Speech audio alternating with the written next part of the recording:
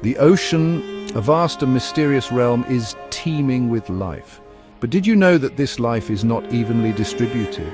Like a giant layer cake, the ocean is divided into distinct zones, each with its unique characteristics and inhabitants. These zones are shaped by factors like sunlight penetration, water pressure, and temperature. Join me, dear reader, as we embark on a journey to explore the wonders of ocean zonation and the remarkable creatures that call each zone home.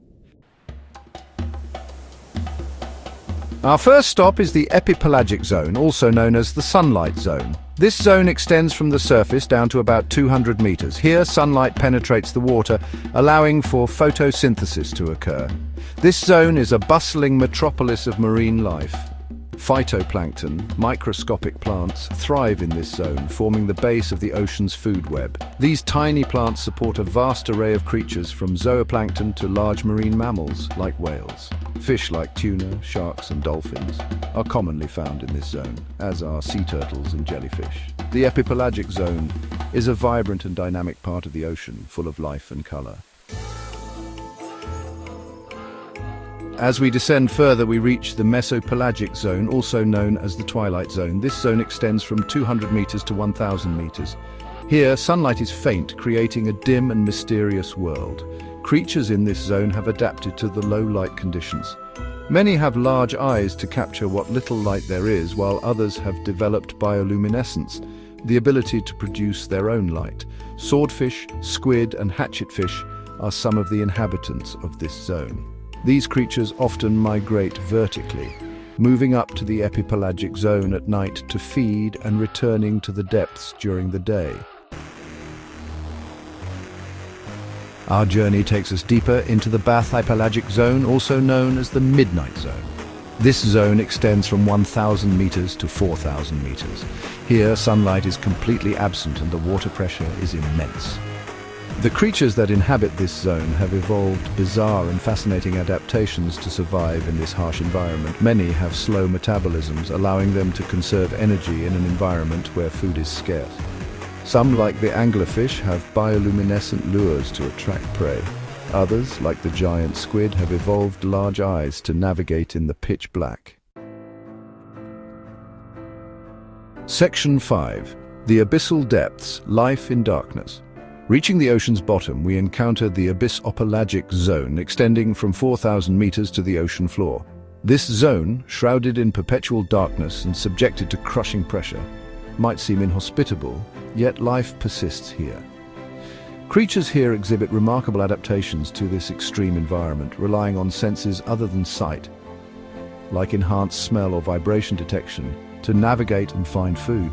Many organisms rely on a phenomenon known as marine snow, a continuous shower of organic detritus from the upper layers, as their primary food source.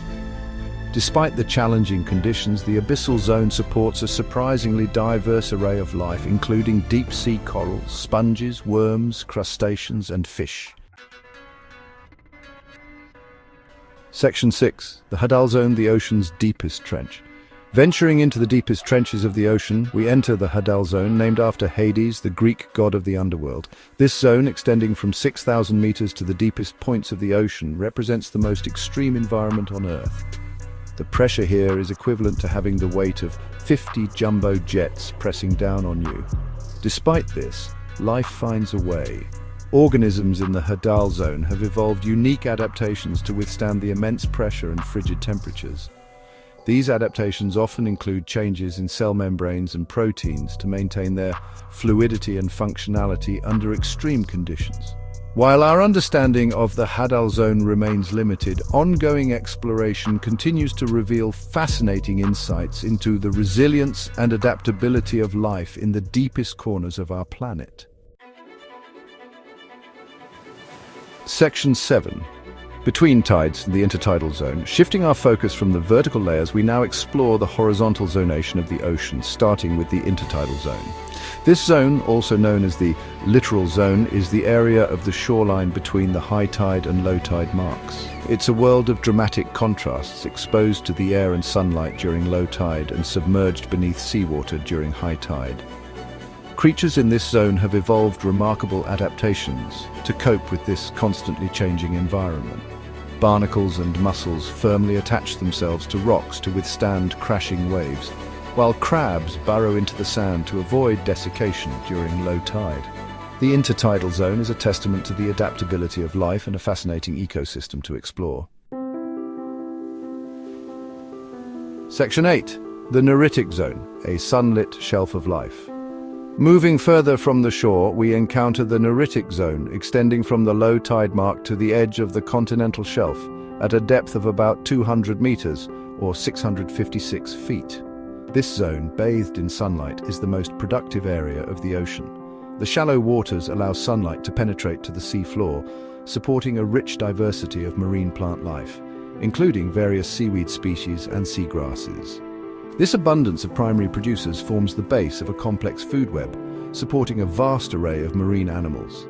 Fish like cod, herring, and flounder are commonly found in this zone, as are marine mammals like seals and sea otters. The Neritic Zone is a bustling underwater city teeming with life and vital to the health of our oceans. Section 9. The Oceanic Zone, vast and deep blue. Finally, we reach the Oceanic Zone, the largest and deepest zone of the ocean, extending from the edge of the continental shelf and encompassing the vast open ocean. This zone is further divided into vertical layers based on depth, as we discussed earlier.